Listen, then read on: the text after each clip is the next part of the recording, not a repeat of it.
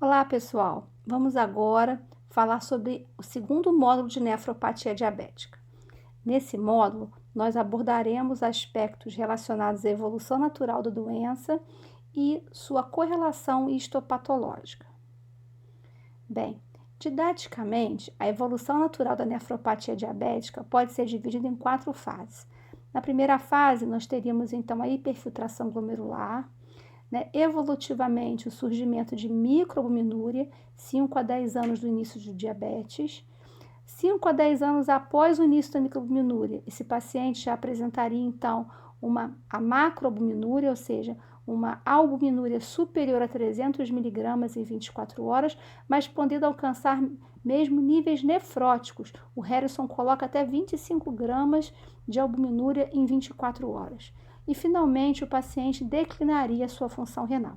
Essa imagem mostra exatamente essa evolução natural da doença conforme essas fases que eu comentei com vocês. Então, no primeiro momento, a gente tem aqui a hiperfiltração. A gente considera o paciente hiperfiltrando quando a taxa de filtração glomerular é superior a 120, 140 ml por minuto. Então, no segundo momento, o paciente já com microalbuminúria, depois ele já passa a ter a macroalbuminúria, mais de 300 miligramas em 24 horas.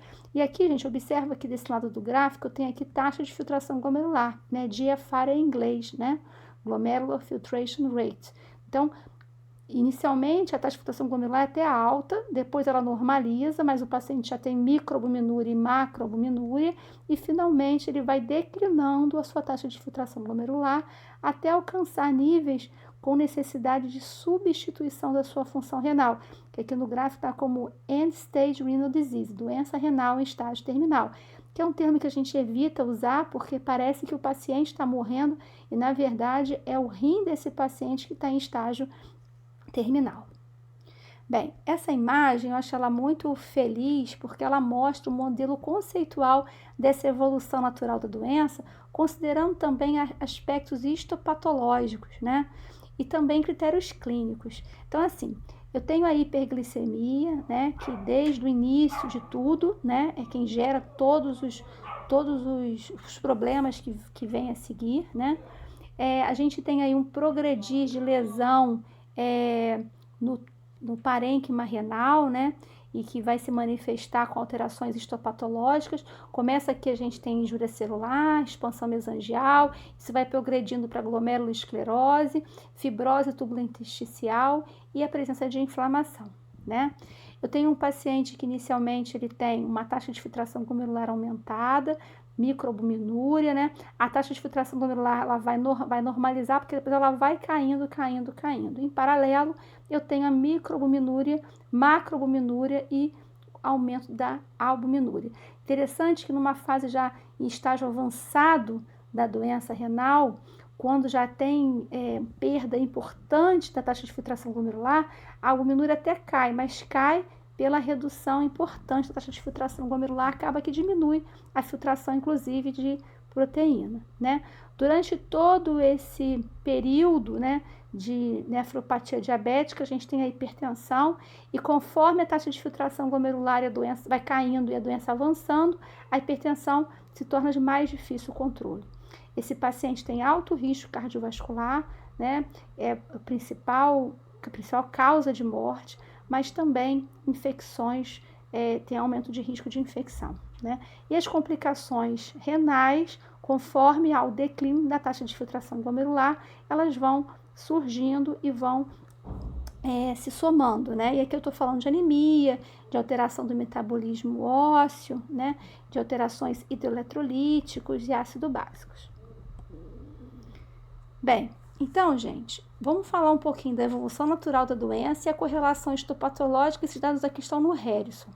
Após 1 a 2 anos do diabetes clínicos, eu já tenho as primeiras alterações morfológicas no rim, apesar de eu não ter nefropatia diabética clinicamente manifesta, eu já vou ter espessamento da membrana basal. Notem que interessante, o espessamento da membrana basal já é um indicador sensível da presença de diabetes, mas não necessariamente nefropatia diabética. Nesse momento, a gente já começa a ter uma alteração da composição da membrana basal, que perde o sulfato de heparana. E sulfato de heparana, ela confere carga negativa à membrana basal. Então, é um dos motivos da barreira de filtração glomerular ter carga negativa. E isso vai facilitar a perda de proteína, né? Já que a albumina, um dos motivos da albumina não conseguir atravessar a barreira de filtração glomerular livremente é justamente a sua carga negativa, e aí esse mecanismo protetor acaba sendo perdido, né? Há ainda, na progressão da doença, a expansão da matriz mesangial. Conforme a membrana basal ela é comprometida, ela determina a expansão da matriz mesangial. Isso se correlaciona já com as manifestações clínicas da nefropatia diabética. Então, essa expansão mesangial está associada ao desenvolvimento de esclerose mesangial. Eu vou mostrar na imagem adiante para vocês. E conforme essa expansão mesangial, esse material, né, extracelular vai se organizando em nódulos, né, a gente tem essa formação de nódulos eosinofílicos PAS positivo. PAS é um tipo de coloração, né, pelo ácido periódico de Schiff, né? E ele vai corar estruturas de tecido que tenham glicose, que tenham glicogênio, cora, por exemplo, tecido conjuntivo, áreas de fibrose, né? E aí você tem essa formação desses nódulos eosinofílicos PAS positivo que recebem a designação de glomerulosclerose nodular ou nódulos de Kimmich-Wilson. Na imunofluorescência, nós temos depósitos inespecíficos de IgG que também podem tomar uma deposição linear. Podem haver ainda depósito de IgM e de C3, mas nada específico. Na microscopia eletrônica, nós não identificamos depósitos imunes. Há alterações vasculares semelhantes da nefroesclerose benigna, né? A aterosclerose hialina e hipertensiva. Graus variáveis de glomerulosclerose e alterações tubulointersticiais também são identificadas. Interessante falar que a biópsia renal de pacientes com diabetes tipo 1 e tipo 2 são indiferenciáveis. Essa imagem aqui é muito bacana. Vamos olhar aqui, ó. A primeira imagem é de um glomérulo normal, né? Já aqui na segunda imagem, a gente observa aqui expansão da matriz mesangial e proliferação da célula mesangial. Lembra? O mesângio ele fica ali entre as alças capilares glomerulares. Nessa terceira imagem aqui, a gente já tem aqui, ó, uma expansão mesangial ainda mais definida e já começam a formar esses nódulos eosinofílicos PAS positivo. Olha só os nódulos aqui já bem mais formados. Aqui já são mesmo esses nódulos de Kimmich-Wilson ou glomerulosclerose nodular. Nessa fase aqui, você já identifica as alças capilares glomerulares, elas formam como se fossem microaneurismas, estão dilatados. E, finalmente, você tem uma esclerose global do glomérulo.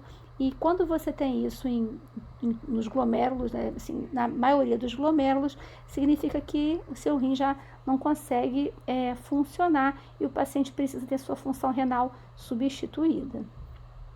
Então, aqui é só uma imagem assim com mais detalhes desse nódulo de Kimmich-Wilson. E aqui eu tenho uma arteríola com a sua camada muscular substituída por esse material hialino, tá?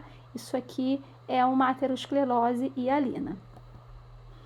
Então, a correlação funcional, olha que linda essa imagem, a correlação entre a função e a patologia. Então, eu tenho inicialmente o rim até hiperfiltrando, lembrando que isso não é bom, a longo prazo a hiperfiltração leva à esclerose desse glomérulo e conforme alguns glomérulos vão se esclerosando, os demais ficam sobrecarregados e se esclerosam ainda mais rapidamente.